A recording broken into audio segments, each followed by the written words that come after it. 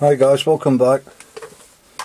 Well, it must be a couple of months ago now, possibly 3-4 months ago, that I picked up a job lot of BT40 tapers that suit my milling machines, and this boring head was one of the items that came with it, and up to now I've not used it.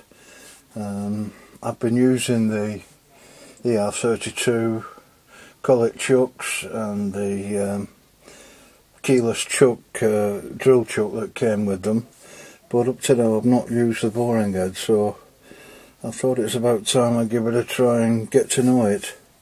Now this is an AB Creed, I believe, made in London, and the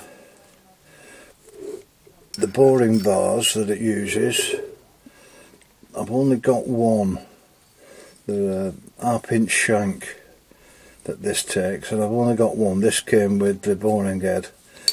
I've got some smaller ones, but they won't fit onto this this head.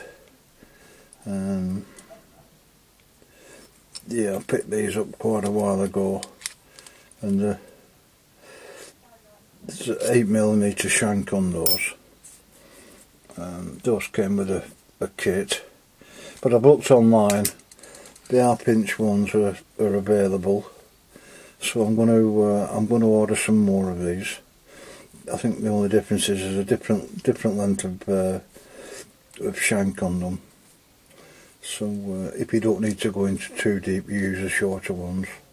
So I'm going to mount this up, and the way that these fit, they fit into that hole there, he says.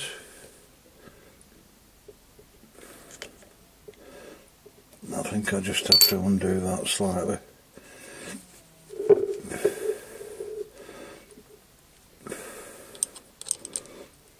There's a grub screw on this side that opens up, and then these two separate plates open up. So once that goes in and you tighten this grub screw,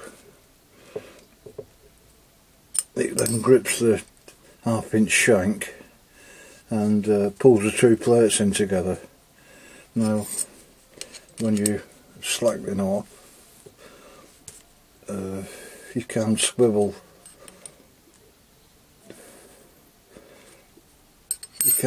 the boring bar for wider holes if you need to do, but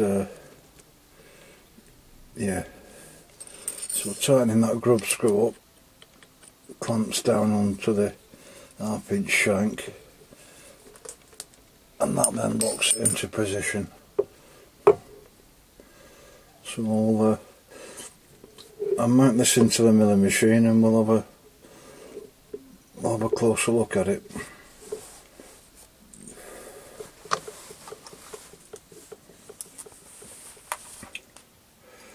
Well, I've got a piece of 6mm plate that I'm going to test the boring head on. It's not quite square. I've got a machined edge on this side, so I'm just going to mount it in the shaper and square this edge off.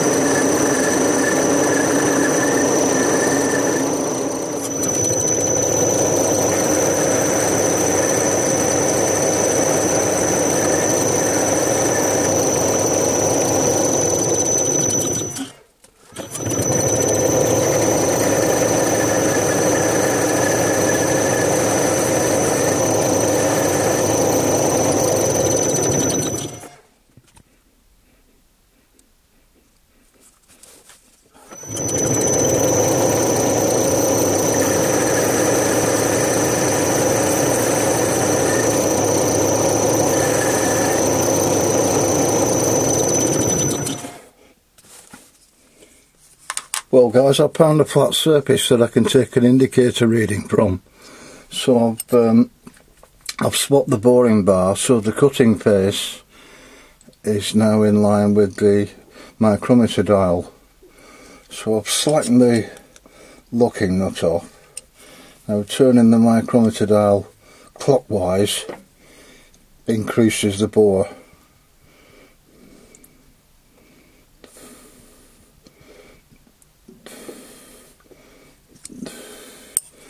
Obviously when you take a clock reading, whatever shows on the clock face, the bore increase is double that.